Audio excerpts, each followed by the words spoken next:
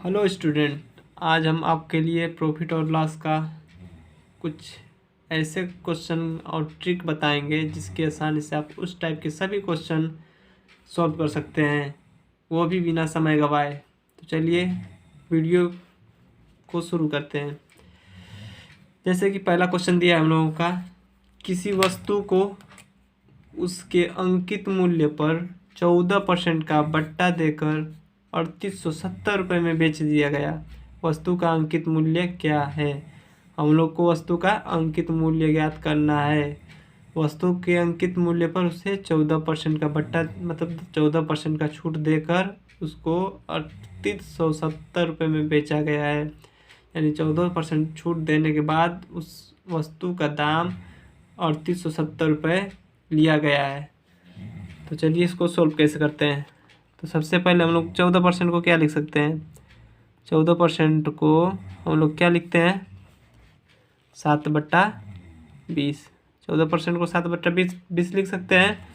यानी कैसे लिख सकते हैं? 14% को 14 इंटू 1/100% की जगह 1/100 कर सकते हैं।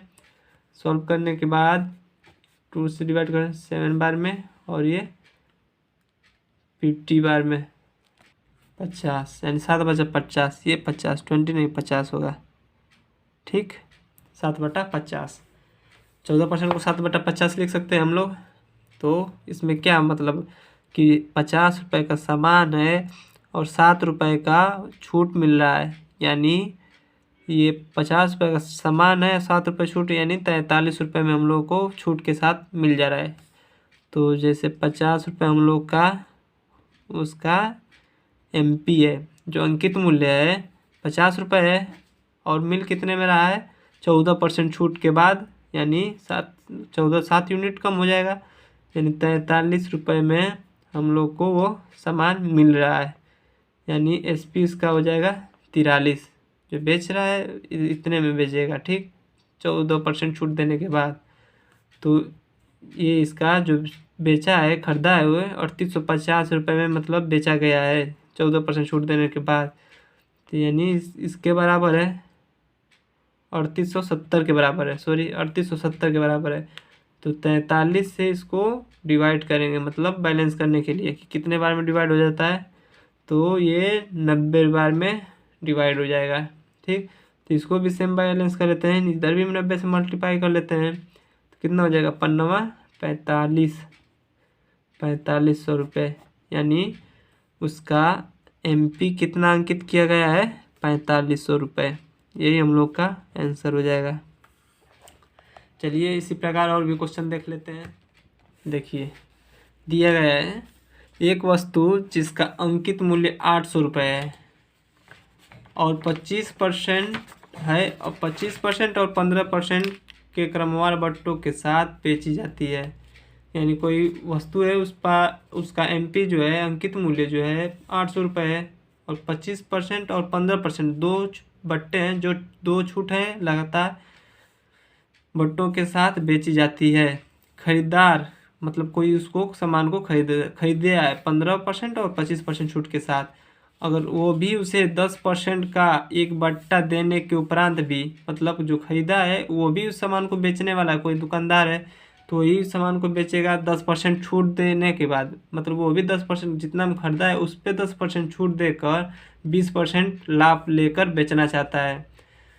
तो उसे कितना अंकित मूल्य निर्धारित करना होगा, मतलब वो कितना अंकित मूल्य निर्धारित करे कि उसे 20% का लाभ हो 10% छूट देने के बाद भी। तो चलिए इसको भी सोल्व करते हैं।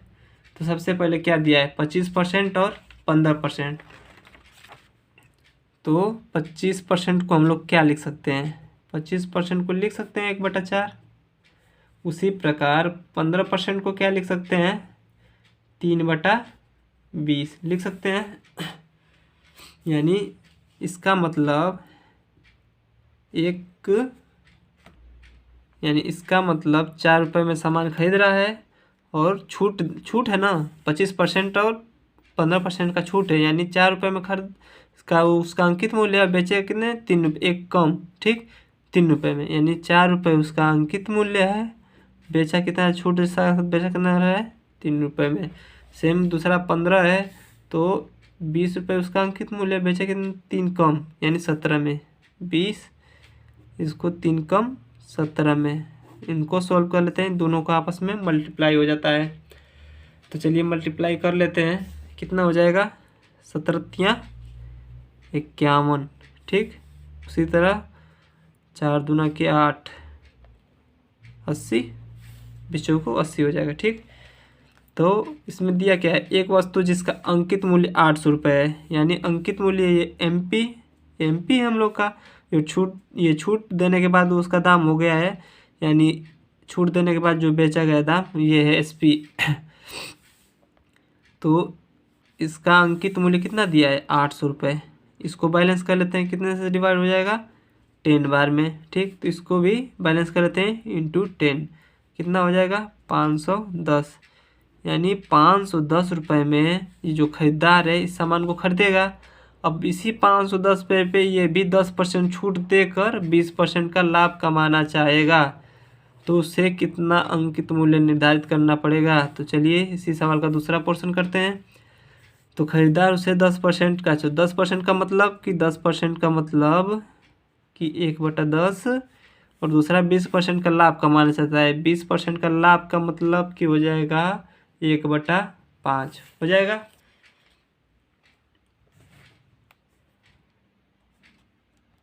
तो इसका मतलब क्या हुआ, 10% कभी भी छूट दिया जाता है तो जो अंकित मूल्य है उसी पे छूट दिया जाता है। तो 10% छूट का मतलब कि 10 का सामान है और एक छूट देने के बाद 9 में बेचा जा रहा है, ठीक। तो क्या हो जाएगा 10 का है, यानी उसका जो प्रिंटिंग मार्केट प्राइस है अंकित मूल्य 10 रुपये है, और बेचा कितना जा रहा है 9 रुपये में, यानी एसपी 9 रुपये। इसी में अब देखिए छूट कितना दिया है 20%, यानी 5 का सामान है और लाभ है ना, 20% का लाभ हो रहा है, यानी 5 का वो सामान होगा और 1 लाभ कमाया जाए, यानी 6 में बेचा जाएगा। तो बेचा जाएगा कितना 6 में, और है सामान कितना 5 का, 1 प्लस हुआ। अब चलिए इसको सॉल्व कर लेते हैं, इसको बैलेंस कर लेते हैं। बैलेंस करने के लिए क्या करेंगे, इसमें 2 से गुणा कर देंगे, इसमें 3 से कर देंगे। तो कितना हो जाएगा 10 दूना के 20, ये कितना हो जाएगा 9 दूनी 18, 36 18, देखिए एसपी सेम रहना चाहिए। ये कितना हम लोग का सीपी हो जाएगा, सीपी कितना हो जाएगा 15। तो इसमें दिया क्या गया है, जो उस दुकानदार है वो सामान कितने में उसको खरीदा है, सीपी कितना किया है 510 में, ठीक।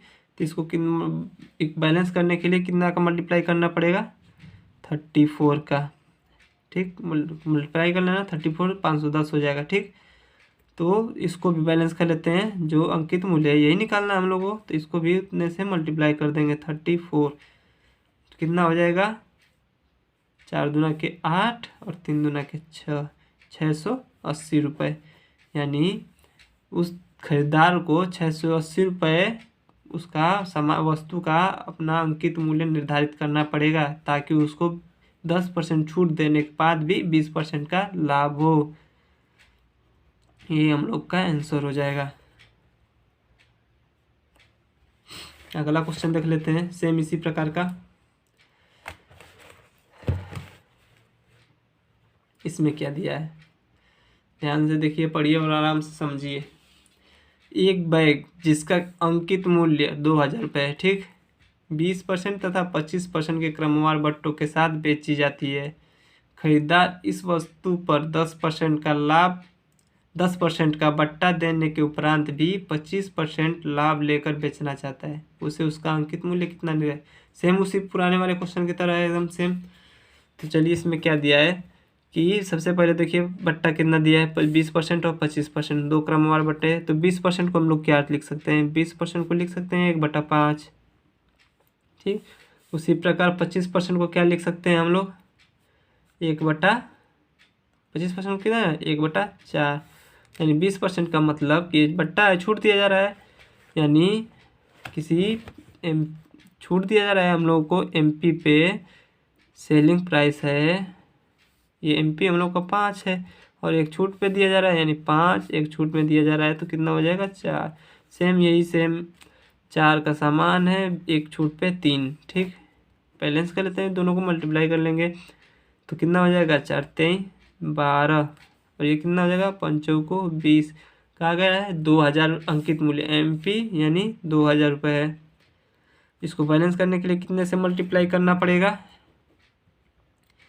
100 से मल्टीप्लाई करना पड़ेगा। 100 से मल्टीप्लाई करेंगे तो 2000 हो जाएगा। तो सेम इधर भी 100 से मल्टीप्लाई करेंगे तो कितना हो जाएगा 1200। ठीक, ये तो हो गया हम लोग का सेलिंग, जो सेल किया है। अब वही खरीदार इसको खरीदा है, इसको इस वस्तु को खरीदार इसको खरीदा है कितना में, देखिए अब जो अंकित मूल्य इसको SP जो है वो खरीदार के लिए CP का काम करेगा। जो 1200 रुपये है वो खरीदार के लिए CP का काम करेगा। तो खरीदार उसे 10% का बट्टा देने के उपरांत भी 35% का लाभ कमाना चाहता है। तो उसे अंकित मूल्य कितना, तो 10% कितना दिया है, 10% दिया है। तो 10% को 1/10 लिख सकते हैं। उसी प्रकार 35% को हम लोग क्या लिख सकते हैं, उसी प्रकार 35% को हम लोग क्या लिख सकते हैं, 7/20 लिख सकते हैं।